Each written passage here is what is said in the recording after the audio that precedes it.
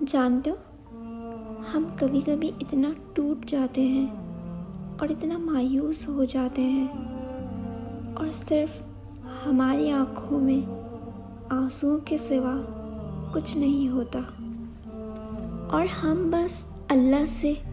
شکوے شکایتیں کرتے رہتے ہیں کہ اللہ نے میری دعا قبول ہی نہیں کی، یا یہ کہ اللہ تعالیٰ سب کو تو سب کچھ دے رہا ہے لیکن مجھے کیوں نہیں دے رہا، اللہ میری ہی دعا کیوں نہیں سن رہا، کیا میں اتنا گنہگار ہوں؟ روتے ہوئے جب ہم یہ کہتے ہیں کب تک صبر کرنا پڑے گا، تو قرآن پاک میں جواب ملتا ہے، تم کیا جانو شاید وعدے کا وقت قریب ہو۔ پھر جب ہم کہتے ہیں کہ لیکن لگتا ہے تم مجھے بھول گیا ہے یا اللہ، تو پھر قرآن پاک میں جواب ملتا ہے،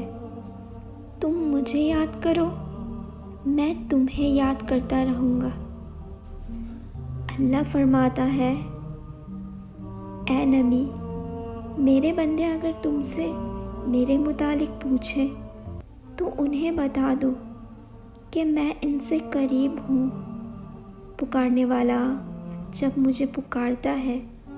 میں اس کی پکار سنتا ہوں اور جواب بھی دیتا ہوں۔ تو ہم یہ کیوں سوچتے ہیں کہ اللہ تو میری پکار سن ہی نہیں رہا؟ جب اللہ پر توکل کیا ہے تو یہ مت سوچو کہ جو مانگا ہے وہ کب اور کیسے ملے گا، بلکہ انتظار کرو کہ جو مانگا ہے وہ تو ہر حال میں ملے گا، کب اور کیسے اب یہ تو اس کا فیصلہ وسیلہ بنانے والے پر چھوڑ دو نا۔ جب تم ناممکن حالات کے باوجود دعا مانگنا نہیں چھوڑتے تو پھر اللہ تمہیں معجزوں کا راستہ دکھاتا ہے، چاہے ساری دنیا مل کر تمہیں مایوسی کی طرف دھکیل دے، لیکن اگر تمہارا اللہ پر کامل یقین ہے تو اللہ تمہارے لیے غیب سے وسیلے بناتا ہے۔ اور جانتے ہو، جب انسان بے حد تکلیف میں ہوتا ہے اور مسکرا کر یہ کہتا ہے کہ میں نے اپنا معاملہ اللہ کے سپرد کر دیا ہے، تو یقین مانو فرش سے لے کر عرش تک ہر چیز لرز جاتی ہے، وہ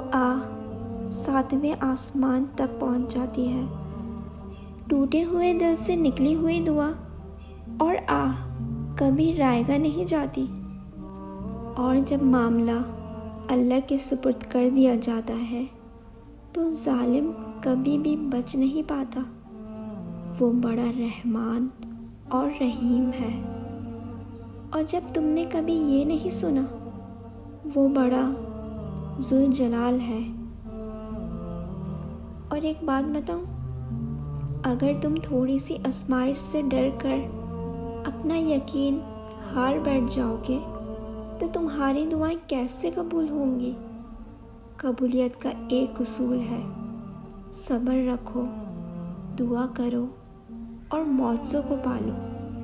بے شک اللہ دعاؤں کو قبول کرنے والا ہے۔ اس لیے نئی امید کے ساتھ اگر آپ کو میری بات سمجھ آئے تو اس پر ضرور عمل کریے گا اور کامنٹ سیکشن میں ضرور بتائیے گا، دعاؤں میں یاد رکھیے گا۔ جزاک اللہ۔